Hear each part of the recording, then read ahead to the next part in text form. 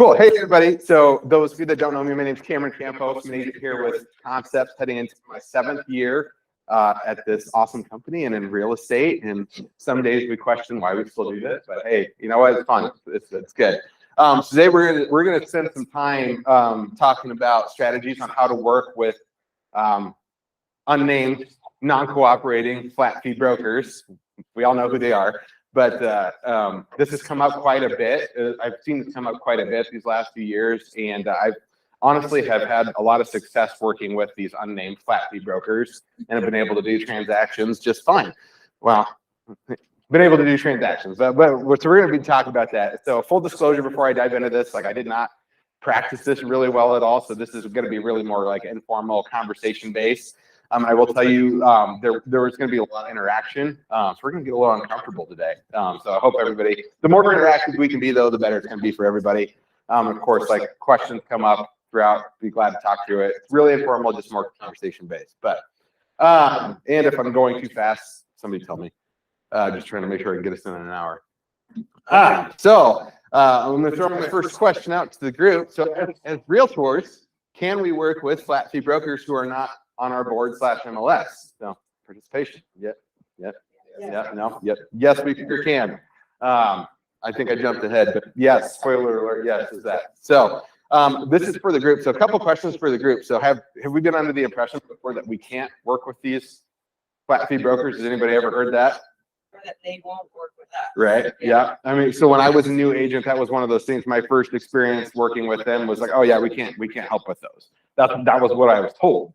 And I'm like, oh, okay. What if, have you ever told buyers that you're unable to help them with a specific property because it was listed by a company that's non-participating? Yeah, yep, done that before too. Whoops. Anybody lost a sale or a client to said flat fee broker because we weren't able to help them out? Yep, we've all been there, more than likely. If we haven't, good for you. I've been there, but that's why we learn. So the answer is yes. Yes, we can work with these unnamed, non-cooperating flat fee brokers, but can we get paid? That's a big question, right? That's what everyone asks. Like, how do you do it? So can we get paid by working with them?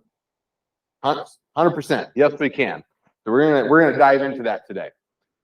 Yes, we can. But first, before we learn on how we get paid on these transactions, we have to fully understand how we get paid as realtors.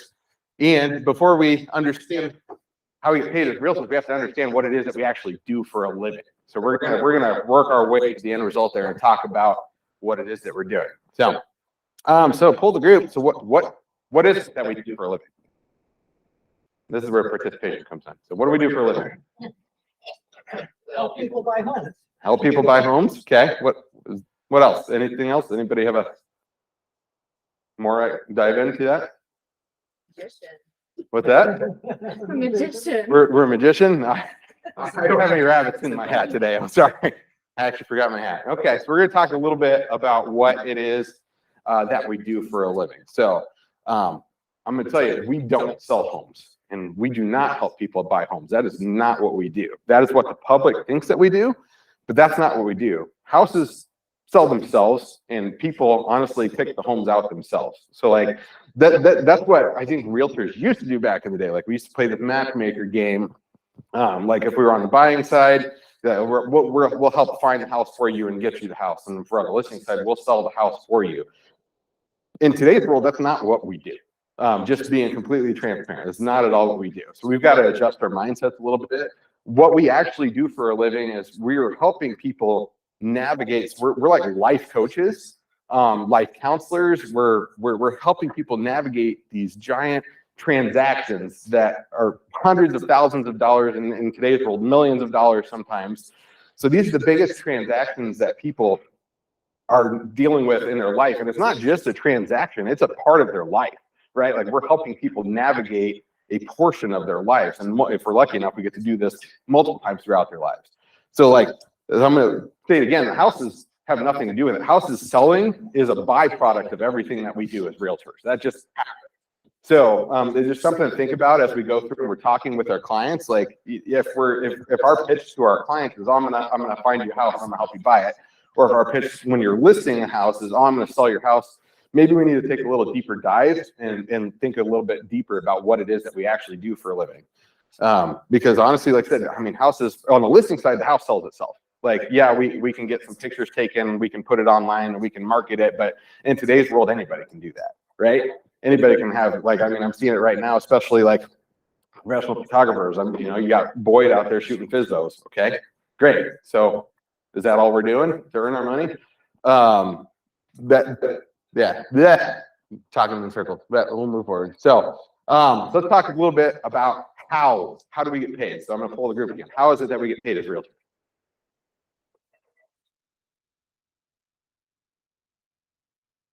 No, it's not a trick question. How do we get paid? Sellers. Okay. Most currently, often we get paid by the sellers, right? So like for listing a house, we have a listing agreement, what the sellers are willing to pay. For a buyer's agent, most of the time we're seeing, you know, we get a compensation that's on the listing. Cool. Anybody else notice that the buyer's agent compensation is getting less and less and less out there? Anybody know that? In some case with these non-cooperating flat fee brokers, there is no buyer's agent compensation. So what do? So we're going to talk about how we get paid. Historically, yeah, we've been paid for by the seller. So back in the day, like, you know, we had our sellers sign a listing agreement. We charged, okay, Mr. and Mr. Seller, we charge 7%. We have to split that to a buyer's agent. That's great. That's how we've been paid historically.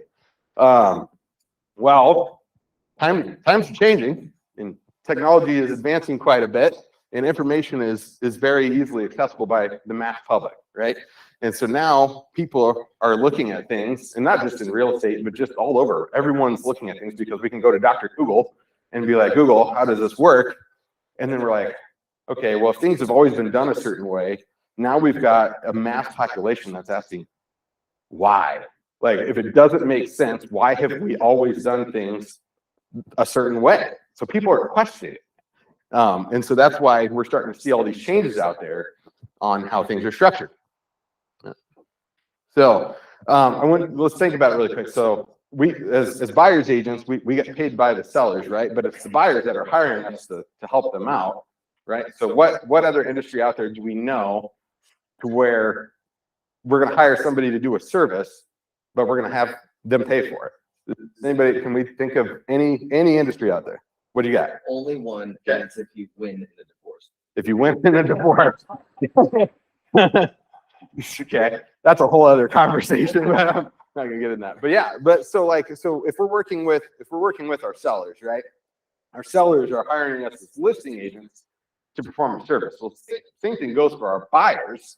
Like a buyer, if we're working with a buyer, they're hiring us to perform a service, a consultation. So why does it make sense that somebody else should pay for us to do a job for them? It doesn't really make a lot of sense. And when people are Googling this, like when people are ready to buy a house, ready to sell a house, they're Googling, they're jumping on the internet and they're looking at all this stuff and they're starting to question, I'm like, well, that doesn't make a lot of sense. And you know, as realtors, we've been guilty for the longest time. I'm jumping ahead of myself. I'm going to come back. I'm in the parking lot what I was going to say there. So, well, we'll jump ahead. That's fine. So I'm going to talk to you a little bit about how I've been making it work with these non-cooperating flat fee brokers. And we'll talking about how we get there and So how I've been making it work. Let's talk about buyers. Is buyer consultations. How many of us do buyer consultation? Can you say that that's the first thing you do 100% of the time, every time? No. No. Okay. So that's going to be, we'll dive into that here in a bit, but that's going to be my first tip on how to make this work. Is no matter who you're helping, before we open a door, that consultation comes first. And that's what sets us up to make this a lot easier. We've got to provide value as a buyer's agent. We've got to set proper expectations. And then we're going to talk a little bit about exclusive agency agreement. So, and anybody have any questions before I do that? Oh, I'm jumping ahead. Cool.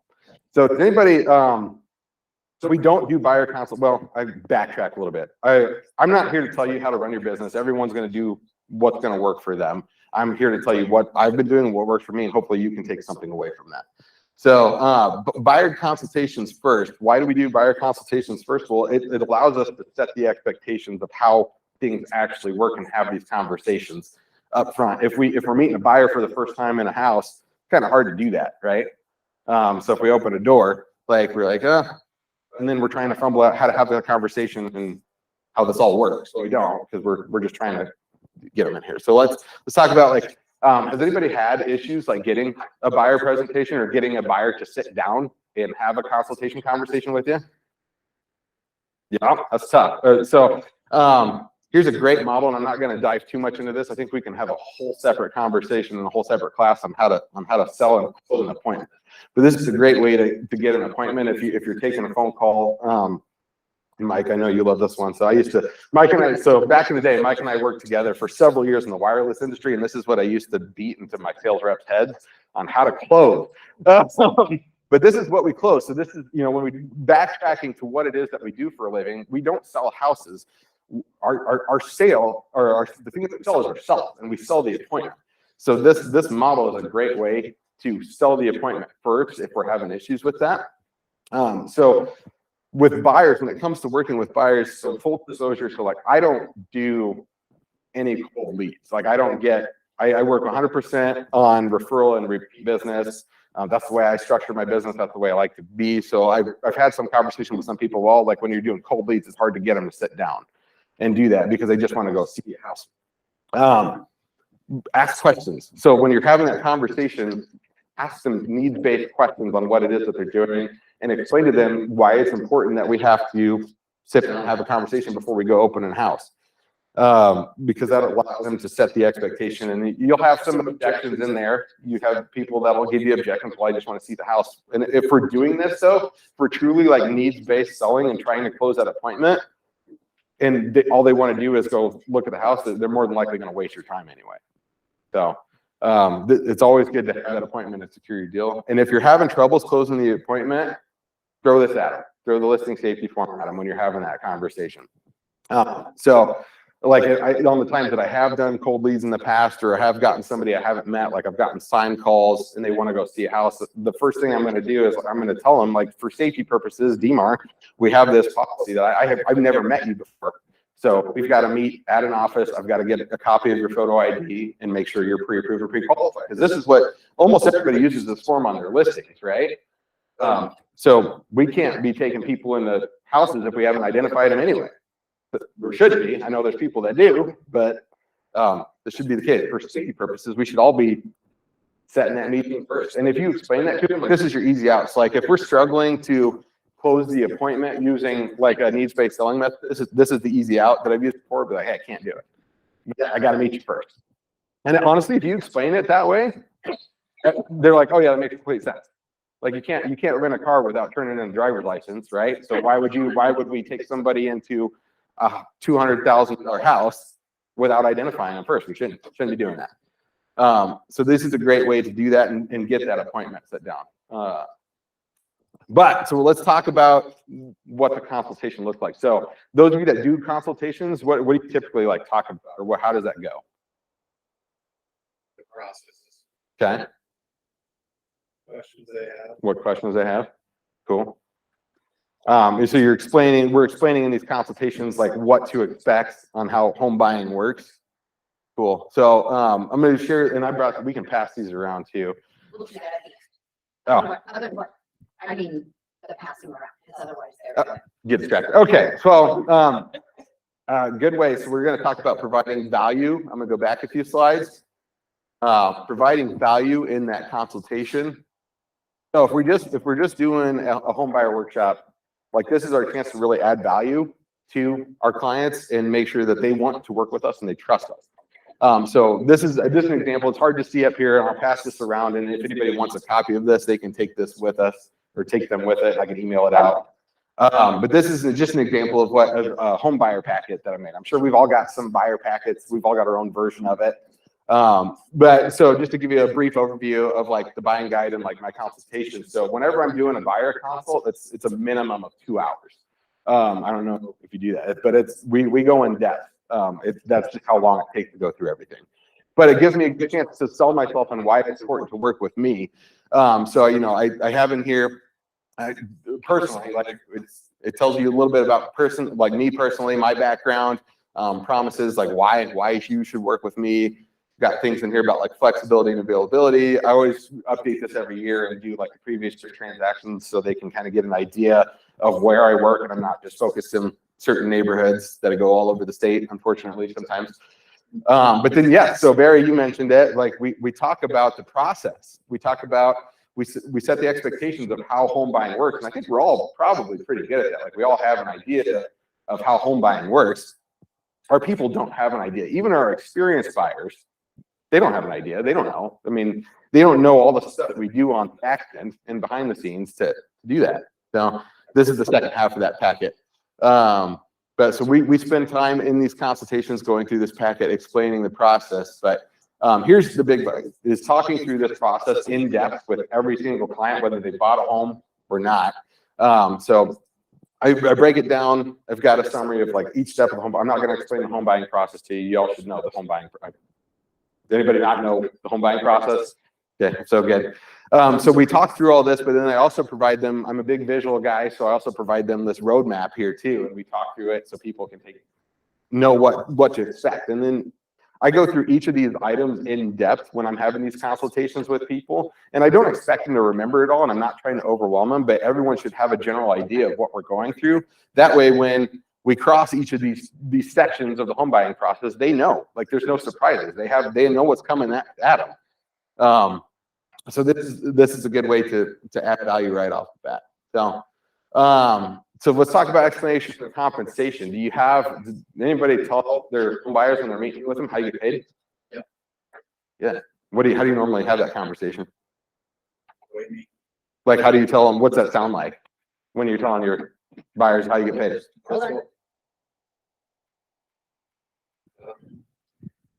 Just how we set things up on the MLS, and most of the time it's a 50-50 split, and who's responsible for what and where it goes. Yep. So what happens if it's not a 50-50 split? I don't know I've ever had that conversation. Okay. I'm not calling you out here, but the reason why we're talking about this, and we'll spend some time on it, is because those splits are, as we've all seen, are getting less and less and less out there. Like I've seen a couple this week that are 0.4% to a buyer's agent. And everyone's like, I can't do that. Well, I wouldn't take 0.4% either as a buyer's agent, because we do a lot of work as a buyer's agent, or we should. All right. So more than likely, everybody in their career has said, it's free to work with a buyer's agent. Anybody ever said that? Yeah. Like, I'm guilty of it. It doesn't cost you anything as a buyer agent. Well, it's not true. It's just how it's been structured. It's always been structured into the purchase. So, the spoiler alert, and we'll get into some depth here of how I work with these non-cooperating flat fee brokers is the buyer pays. That's how it works, is the buyer pays. And I've just gotten comfortable with explaining that, especially as the market is shifting, more than likely your buyer is going to be the one responsible for paying a buyer's agent. So we have to earn it as buyer's agents. We're the ones getting in our own way because it's an uncomfortable conversation to have, right? Like it's not always comfortable when you're having that conversation with our clients on how we get paid. But it's only uncomfortable until it becomes comfortable. So got to practice it. Yes. I found that if I present this, Mm-hmm. this area down here explains that very nicely. 100%. 100%. Well, we're gonna talk about exclusive agency agreements, but yep, it does. It explains it very well. So I'm gonna give you an example here of how that conversation sounds when I'm having that conversation. So when I've gone through, so at the end of my 2-hour long consultation, at the tail end of it and explaining everything, I talk to them about how we get paid. And I talk to my clients the same way that I just talked to you about how we've historically gotten paid. And so I go, all right, Mr. and Mrs. Buyer, historically, we've been paid by the sellers. That's how it works. The listing has an agreement of what they're willing to compensate. But I'm working for you as your agent, so this is how we get paid. As your agent, I charge a 3% fee of the transaction price. And most of the time, and this is the way you can say it, most of the time right now, most of or all of it will be paid as part of your purchase. But in the off chance that they're not offering a full compensation, the difference is what you'll owe at close. And as long as we're explaining that and providing enough value, I haven't had any issues with it. Everyone's understood. So, I have it, and there's a page in here. So a page in that packet explains what they should have for closing. What costs that they should set aside for closing. Because when we're doing these buyer consultations, we should be setting them up and educating them on how to buy a house, right? Instead of trying to make a quick sale, because that's what honestly, like, I think that's what a lot of people do is they try to jump in and open some doors and try to get a quick paycheck. But that's not what we're doing. Like we're here to set up our people for success, to make a good long-term investment. And so when we're having these consultations and these conversations, just tell them, I mean, if you explain it, like, yeah, you're closing, I mean, people tell them about closing costs, right? Lenders have closing costs, but we've gotten really good at, in previous years, of negotiating that into our sale. Oh, I'll get you a closing cost credit to cover your closing costs. Well, like, if you just tell them what to expect and what they're going to have to pay, guess what? They'll save and they'll budget. Like, that's what they'll do every time. But if you set the expectation that it doesn't cost you anything, or we're going to negotiate a credit to cover your fees, which is great if you can, awesome, super deal, but that's not guaranteed every single time. So why would we want to shoot ourselves in the foot telling people that we're going to get them this great deal and not have them pay anything and then credit them, and then when it can't happen in an aggressive seller's market like it is, then we kind of look silly, right? So it's important to have those conversations up front and explain how it is that we get paid. And yeah, so exclusive agency agreements, I think everybody has one. It really sets it aside right here on how we get paid. You have people sign it. Good to go. If we've done a good enough job and we provide enough value in that initial consultation, and you explain how it is that we actually get paid, people are like, yeah, that makes complete sense. And they trust you. They're trusting you because people in today's age are like, our biggest buyer pool right now is millennials. So, well, after that, we've got the following generations after that. And those generations are the ones that they have information at their fingertips. And they're knowing. So if we're telling them something, they're going to go right on to Google right after you tell them, and they're going to fact check you. Like, so just be upfront, be transparent. Like, they're coming to us for advice on how to navigate this big part of their life. That's what we do. We're not selling them the house. We're advising them on how to navigate this giant portion of their life. And if we do it right and we explain things and we're transparent, they'll pay whatever it takes to have somebody in their corner. They'll do it. And so my example, I shared this with Michelle before class started, but like a personal example of another industry that does this is an attorney. Has anybody ever had to hire an attorney for anything before? No. So I have. When I hired an attorney for a case years ago, before we moved forward, we sat down, we had a conversation with the attorney. We went through everything, how the case is going to work. And she's like, oh, by the way, this is how we get paid. And she went line by line. Here's how it is. This is my fee. It's 40% of your settlement. And so if I can get the opposing side to say that, great. But if you can't, I charge 40%. Okay, well, I'm not going to stand up and represent myself in court because I don't know what I'm doing. So, like, it is what it is. Like, attorneys are asking 40%. We're asking for 3%, right? Like, we're the only ones that have this hang up of, oh, it's a big scary number for clients. Oh, it's big money we're asking for. Well, there's people that ask for bigger, and they get it because they're experts at what they do. We're experts at what we do, so we shouldn't have any issues asking for that compensation. So how I structure that, I'm moving through quick, but we'll have time for questions then. So how I structure it when I'm working with non-cooperating flat fee brokers, and the way, like, when it comes across is when having that conversation with the buyers, I explain how I get paid. I explain that most of the time it's going to be covered as most of or all of it in the transaction. But I also tell them that there are situations out there where it's not covered as part of the transaction. There are non-cooperating companies that don't offer compensation. Just like for sale by owners. A lot of times for sale by owners don't offer compensation either. And so when I'm telling my clients this, if they see a house they want to go see, I tell them, I will let you know if it's one of those situations to where they're not going to be offering compensation. And you, as the buyer, have to make the decision on whether you want to move forward with that or not, whether you feel comfortable enough, whether you saved enough to cover the fees that are part of this transaction. If they do, great. If they don't, then they say, no, I don't want to deal with it. I've had it go both ways. I've had some people say, nope, I don't even want to deal with it. Like, we'll move on. Okay, awesome. And then I've had some that, yep, that makes sense. Let's go look at it. So I'm on this year. I've closed my 7th next gen transaction. So, and I've gotten paid every single time. So they know, and now like I don't have an issue, which I'm sure we'll have some discussion here later on how to get that appointment. But like now when dealing with that company, like they know that I'm covered. Like, because a lot of times when agents have reached out to them, they're asking, well, are you willing to compensate? Are you doing this? I don't even ask anymore because all that does is start a fight right off the bat. Now, they know now when they see my name coming across that I'm good. Like I'm covered. They're getting their side. I'm getting my side. It's fine. Let's work together and get the deal done. Just scared of that AF-15 that she carries. Yeah. No, it's fine. But I no, I gotta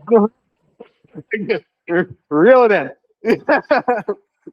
But but when I'm having these conversations with the clients, like, and I'm telling them too, the way I've structured it is I'm going to negotiate as much as I can to get as much credit possible from the sellers via closing cost credit to rob Peter to pay Paul. We're not paying this Paul. Yeah. But that's the model, and that's the way I explain it. Is all right. This is your out of pocket cost. I'm going to try to get you as much on the back end as I possibly can. And honestly, like every single time I've done it, I've gotten it. Like every time we've written the offer, I've gotten the closing cost credit equal to the amount of my compensation. So the sellers aren't paying me commission. I'm not getting paid by the sellers. I'm getting paid by the buyers, but the buyers are getting credited on the back end for the same amount. And now you got to check with your lender because there's certain limits that people can get as far as credits go. But like if it's one of those cases, well, and my most recent one was they had a maximum credit they could get. They could only get a maximum credit of $4,500. Well, that didn't cover my 3%, but it was coupon for them. It was like, okay, cool. Well, I got $4,500 off of my cost due at close. They knew that they were going to have to bring that money to closing, and they're like, oh, sweet, Cameron's my hero. He just got me $4,500 off. Cool, that's great. So it's all about setting expectations, though. We have to set expectations up front. If we set the expectations up front, we don't have the headache, and it's easy to do. So as buyers agents, we got to provide value. We got to provide value before we even start looking at houses. That's talking about that consultation and setting expectations. We also have to provide value throughout the transaction. As buyers agents, we got to be more than door openers. Right? Like we work really hard as buyers agents, and we know that we run around, especially in today's market. I spent the last 3 weeks running around trying to find something in the mid 200s for somebody that was livable, and it was exhausting. But yes, it's hard work and it's very time consuming. There's no value for the buyer in that. All we're doing is opening doors, right? And with the advancing technology, the buyers don't see the value in opening doors. Like why somebody can't just put a key code lock? I mean, if Airbnb can do it, right? Airbnb, you put a key code lockbox and you let yourself in. Well, why can't buyers do that? Right? That's not the value that we add. So when we get in our heads and we're talking about, oh, I got to do so much work, I got to spend so much time and energy. Yeah, that's great, and that's a very valid point. It does take a lot of time and energy. Like this last week, I got died because I was exhausted from losing out in 4 multiple offer situations, and I got the 5th one. But it was exhausting, and it's a lot of work. But there's no value to the buyer by just opening a door. So we've got to find ways and to provide value throughout the transaction. So door openers and non-value orders, that's why they don't like us. That's why these flat fee companies are out there. They don't like that. And honestly, as realtors, it's when the market's been moving so quick, it's really easy to slip into this and not add value in. Yeah, I mean that's why people don't like us. You got to earn it. No. All right. Talk about changes. So changes are being done. Changes are happening across the nation on how we're compensated. We're pretty insulated here in the Midwest. We're last to learn everything, but it's happening. It's very close to home. It's happening up north. It's happening in Minnesota. It's happening in Kansas City. It's happening right across the border in Illinois. It's only a matter of time before it hits Iowa. So be prepared. We got to be the best at what we do, and we got to earn our compensation. Advancing technology, especially AI. Don't worry. AI is not going to replace us. AI will replace us if we don't add value. We've got to provide value to our buyers' transactions. That's the only way we're gonna stay relevant. And you hit it again, in fire agents, we gotta be more than just door openers. So, that's a lot. So I powered through that and we've got 20 minutes left, but questions, scenarios, let's talk through it. If we want to practice a little bit, we can do that. So, or we can sit here and talk about bikinis and AF-15s. No, I won't say it's like, I'll say, not that easy. Well, they can't hear you in all the votes. Okay. So I will say that when I'm having my buyer consultation, if I actually tell them, like, here's the thing, as a realtor, when I'm helping you buy a house, I make 3% of the value of the house, right? 80-ish% of the time, that's going to be paid by the seller, which is awesome. It saves you guys a bunch of money. That's not always that way. I have realtor family in Illinois. They get 2% and then their buyers have to pay 1%. And before we go see a house, you're going to know if you have to pay extra so that we can budget for that. And we'll try and work through it. But, you know, if it's the right thing to do, we'll make sure that you get the house that's perfect for you. But also, I'm not a huge fan of working for free. And they all laugh at that because they wouldn't either, right? And so it's just like, this is how much it is. And to your point, which I liked on those slides, is if you have the conversation up front, it's not news to them. It's not a surprise to them. And yeah. No, I'm not, please take this, or I'm just going to rant for like 20 minutes. Okay, I'll get the next question then. Stacia said, what is the wording you use on the offer to ask for the credit? it's right on the purchase agreement. It's just closing cost credit. So if you do the math, if you're writing, that's where you got to check with your lender on what's the maximum amount of credit your buyers can get. So you just write your offer as you normally would, and then put that amount in the closing cost credit section, send it over. Do you use we've got that separate addenda, the buyer acquisition, the addenda? I don't. You don't? No, because I don't want anything tied to commission from the other side. So it's not even a part of that transaction. That's completely separate. So I'm just negotiating a closing cost credit. The seller isn't paying me anything.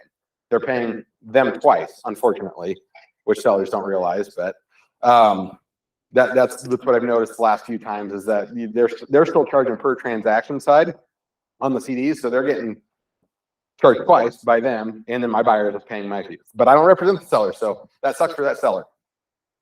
They don't realize that that's happening to them. But I know I'm so late. no, you're fine. Because the last few that I've done, I always look at the CDs at the end of the transaction. I've seen they charge per transaction side, so buyer and seller. That's how they work. So it's like $3,400 Per side. flat fee, so they're getting it. Yeah, and being that even though like I'm helping my buyer with this transaction, my buyer and me are completely separate. So yeah, they've been double dipped. And I would imagine that's I would imagine so. I haven't looked at their listening agreement to understand that, so I can't speak to that too much, but I just noticed that, yeah, there's two. Yeah, so like on the one, my most recent example, of one that I looked at was like $185,000 house. And this is really unfortunate, but it is what it is. Like the buyers wanted it, we got it. So buyers paid my 3%. That was the one I was able to get a $4,500 credit on. So it doesn't quite cover the $6,500 that they owed, but it covered a good chunk of it. Buyers were ecstatic, awesome.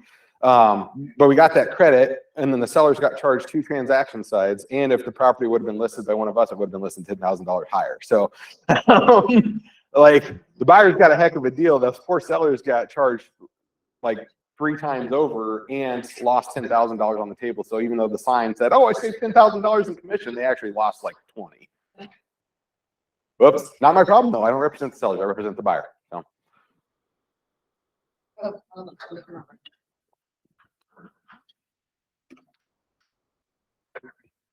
So you mentioned that Minnesota and Illinois Yep, I'm seeing it. were the 2 that were in the process of changing, but maybe everybody knows how they're changing the process. I mean, it's just, well, now we all know that it's public record on what the buyer's agent compensation is. It's public to everybody. Everybody knows it. So when they pull up a listing on Zillow, they see right on there what compensation is, what they're offering. people are questioning as the way the market's been the last few years, like, okay, the sellers are like, well, why am I paying somebody else to do a job for somebody else? Sellers like, that doesn't make sense. Like, why am I paying that? And so they're offering less and less. I mean, you know, we talked about discounting, right? And a lot of times listing agents have taken on, oh, I'll just discount it on my end to get the listing. Why? What, okay, if you're worth 3%, then collect your 3%. It's up to them, especially the way the listing agreements are laid out now is we can't tell them what to offer buyer's agent compensation. All you can do is present, you have the option of what you want to offer a buyer's agent, and you have to set expectations of here's what happens if you decide to offer less. But it's up to you. I had this happen last year where they only wanted to offer 2% to a buyer's agent. And boy, did I hear about it. Because I put a listing out there at 2% to buyer's agent, and I got a lot of phone calls about it. But it's up to the seller, it's up to our clients. And you know, I had some realtors refuse to show it because they were only getting 2%. I'm like, oh, that's a that's a disservice to everybody. I mean, that's Well, the only reason my question is no better than people read contracts nor agents, you know, that they may not get down to the bottom of the page where that talks about that. So that's what the compensation schedule is. And we've had a hard enough time just getting agents to use buyer representation forms, let alone a whole new mindset. So when you that's why we're having this class. Yeah, I know. But a lot of them haven't attended your class yet. But and that's why, so this is why it's our opportunity here for those of you that are in this class is now you're ahead of the game. As these changes continue to roll out, it's up to you on when you want to start rolling them out, but it's going to happen at some point. Like, and we've been talking about this for years. It's been coming a long time. I don't disagree with you at all. Yeah. I'm just saying that the script isn't out there yet. Nope, not yet. But this is, but see, this is why, like, why we're having this class is because there's so many people out there that won't work with this flat fee company. You're leaving money on the table. We're here working for our buyers. If the house is perfect for your buyers and you want to take them to it, then do it. Just earn what you're getting paid. List with Freedom. They're another flat fee out there. Yep. So they're offering 0.4%, right? Yep. So my question is kind of twofold. So they're on the MLS and yet you go to Zillow and it's listed for sale by owner. Yeah. So going forward, asking about, you know, like a lot of times with those for sale by owners, we reach out and say, are you cooperating? Here's a form. Can we still do that?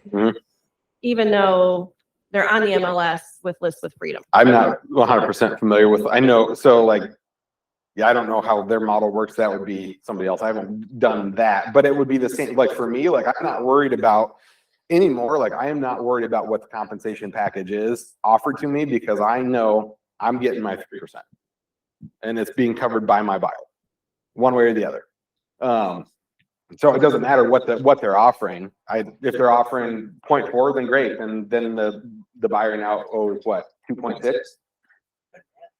Okay. So that's what they owe.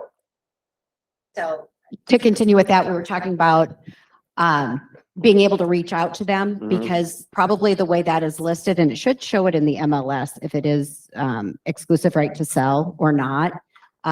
When it's listed so that they're still allowed that the seller can also sell the property, that does allow you to reach out to the seller. Boy, that seems like a weedy mess. Listings that contact the seller, I mean, Yeah. the seller's phone number. Yep. Yeah. It does. You reach out to the seller, but I don't see where it talks about exclusive right or not on the MLS. Yeah. But you do have to reach out to the seller directly to show any of those homes. Okay. Yeah, I haven't had that experience yet, but I believe you. But you are allowed to reach out to the listing Yeah. agent, ask what type of Yeah. what type of contract they have and when it expires, and they have to tell you. Yep. Well, I was just gonna say in Minnesota, I mean, I started real estate in Minnesota 16 years ago and our compensation was never 50-50. So when, you know, we paid a buyer's agent a lot less, not a lot less, but less than what you took as a Right. listing agent. That's just the way it was. So when I moved here, 12 years ago, I was like, this is great. Yeah. I loved it. Yeah. But then I also was not making as much as a listing agent. So I mean, it would kind of, Yeah. it evened it out, but Yeah. The numbers, I mean, Really? I've seen some cases nationally where it's like, yeah, it's 3% on the listing side and 0% for the buyer's agent. Okay, Online Valley is asking, when buyers paying the agent, is that declared on the CD? If then how that works? What does it look like for the actual payment? yeah, I mean, you just work with your closer, because it's payable to Remax Concepts, so it's never, no one ever writes a check out to us as agents, that would be, yeah, no. So the check is just payable to Remax Concepts then pays us. So, I mean, it still shows, it still shows on, it doesn't matter, like if it's on the buyer side, it can still say commission from my understanding, because the buyer's paying, it's not the seller. The way that those flat fee companies work is the seller cannot be paying any commission. Even though on the CD it says commission to that company, it's still, it just shows us commission to the buyer, on the buyer side. But you can have the settlement agent word it. I mean, I've had it worded as buyer acquisition fee, as buyer agency fee. That's my preference. Yeah. You write it in somewhere. Well, yeah, because it's on the CD, so it gets paid at the transaction. I've had one case early on where it was outside of the transaction, and I think it was my first one with them, where they literally wrote a separate check at closing to Remax Concepts, and that was just part of their closing, and then Concepts then paid me my part of it. So, but now most of the time, the settlement agents and the lenders will put it right on the CD for you, but it's on the buyer side, so it doesn't impact the sellers in their agreement. So you add that line to the purchase agreement, or like what the buyers are paying. Your exclusive, Okay. your exclusive agency agreement. So it's in there, and then you just, yeah. Okay, Yep. so you don't need it anywhere else. Because I think that's what we always on our first know. It's how do we word it? What do we say?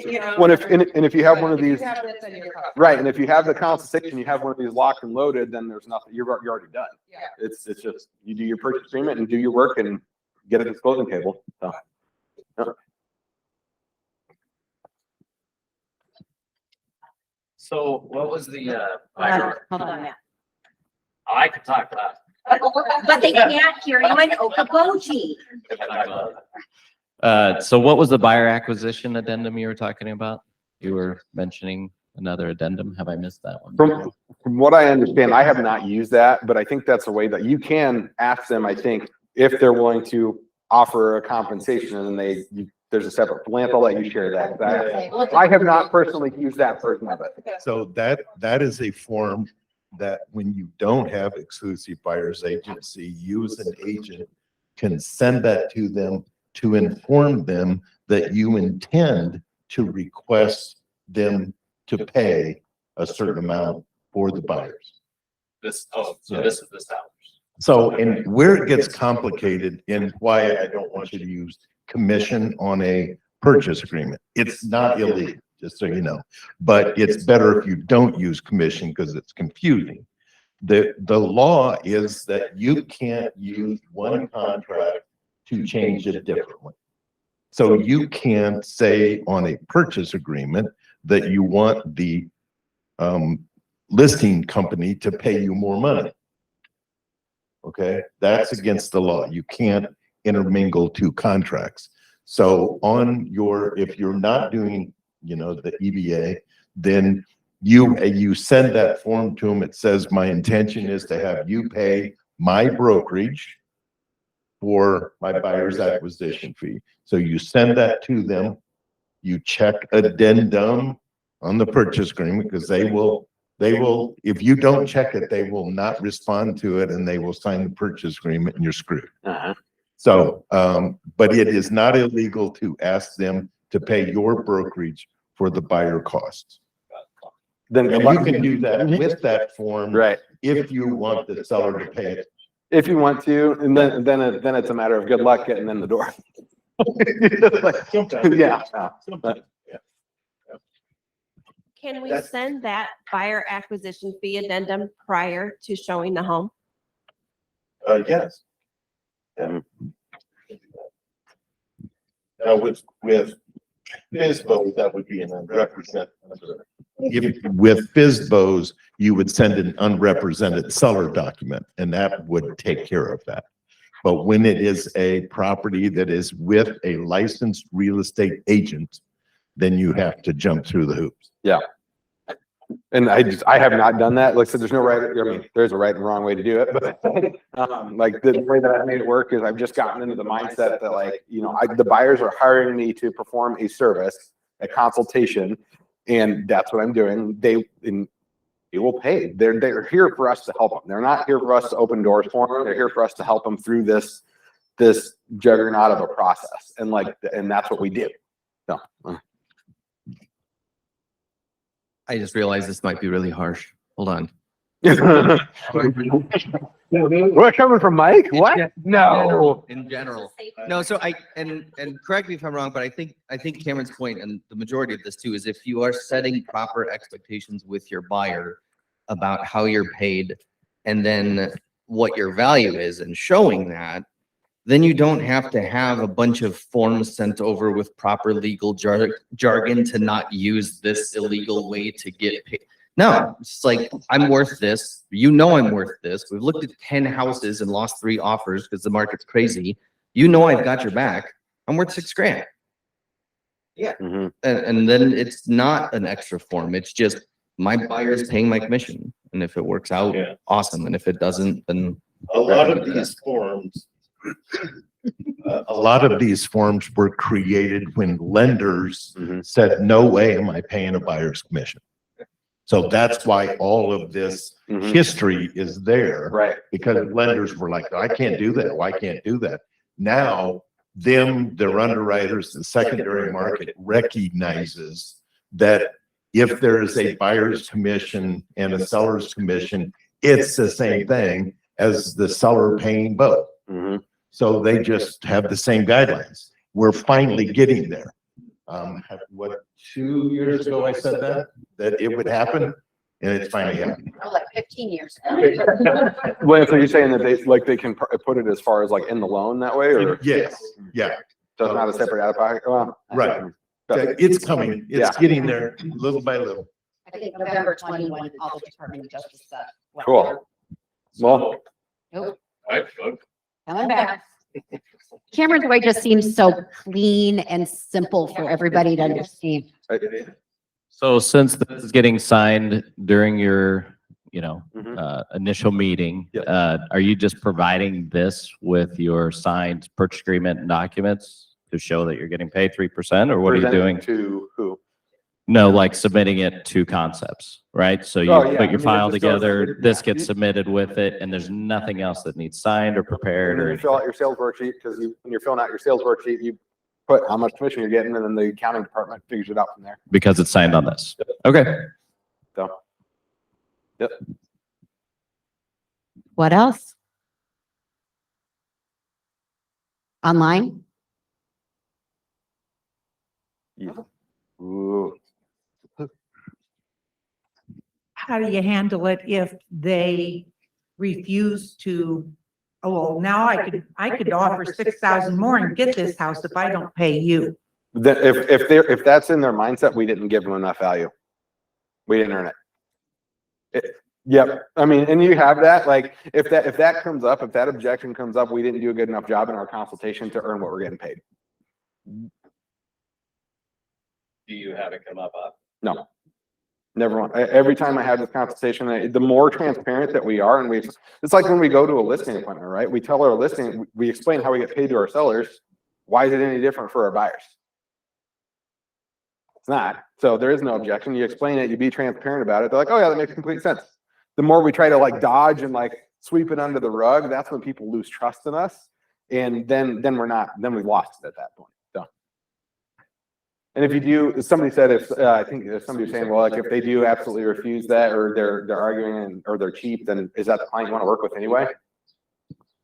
I've let some stuff go because it's just not worth it. Like I'm all about balance and balancing my time, and I'm not in this for the quick paycheck. I'm in this for the long haul. So And I apologize if this is redundant. No, you're fine. If you talk about it, but I recently had just a really smart friend of mine who's buying a lake home in Michigan call me. So and he was just calling me like, you're my friend, Mhm. you're a realtor.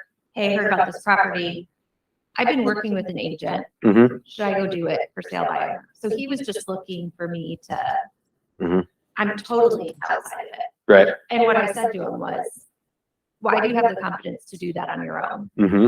Because you've been working with an agent that knows the local area. They didn't find that house for you, but is that all you were paying them to do? Right. You know, and so that, and he ended up using them, and Mhm. I totally out of thin air. Yeah. Because I was like, how do I say this at a really logical level versus like, don't be so cheap. You Right. got the money, you're buying a second house, you know, be Yep. the agent. But what do you guys use? I mean, again, I think I agree philosophically with you, like, Mhm. I think we've shot ourselves in the foot by not talking about buyer's agency Yep. for a long time, Yep. that it's like this, we're uncovering this secret. Mhm. You know, and it's not. Nope. It's on the CD, like, people know what we do. Yep. We should be the ones telling them, not the CD, Yep. right? So what do you guys, how do you, like, I don't have that conversation in my initial conversation with them because I try and build rapport with them Mhm. first. Like, I try and demonstrate that, okay. I guess, do you guys have any tips, any scripts? Yep. that you That's a use? whole separate class. I'm gonna get back there. Okay. I think I could probably spend days on each. So prior to me getting into real estate, I was in the wireless industry, and I taught people how to sell for a living, and not only just sell things, but I taught them how to like grow their careers. And so that's a little bit about my background if you don't know me. So I spent 10 years in the wireless industry teaching people how to execute on this. And so I greet and build rapport, but then finalizing and closing is part of that conversation. So you can spend, that's why I don't know if you were in here, but I think so like my consultations are a minimum of 2 hours long. And so, but I don't know, we can talk a little more off the scene talks. No, totally. Yep. And if anyone has any like specific Mhm. words they can use, I'd love to hear it.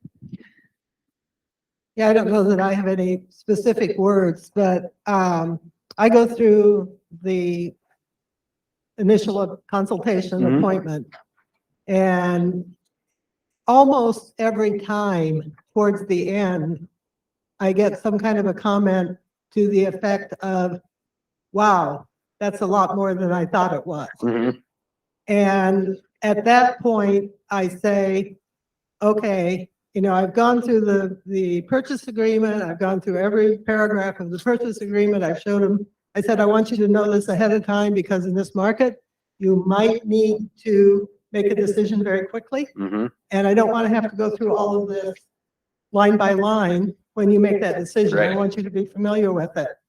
And I say, okay, this is the disclosure that Mhm. tells you my responsibilities as your agent. Mhm. If you're comfortable, this is how you hire me. Mhm.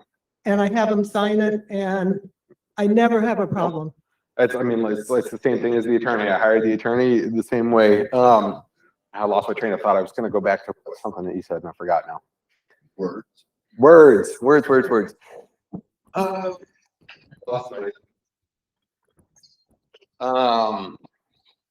lost it. That'll come back to me. No, it's fine. I was just. On. Are you having them sign this at your buyer consult? Yes. you are. Yep. Yep. Yeah, I don't show them the house until they sign it. No. Oh, and I think I was going back to the door opener thing. It's coming back to me in pieces. I'll get there eventually. I was talking about like people that do like cold leads. Does anybody like work like cold leads where so I don't do any of that, but I think this is a very like getting skilled at slowing down the process and getting them to sit down before you go take them into a house. Because otherwise then we're backpedaling and then it's really awkward at that point. So I think it's very valuable, even when it's a very cold lead that you never met, get them to sit down first. So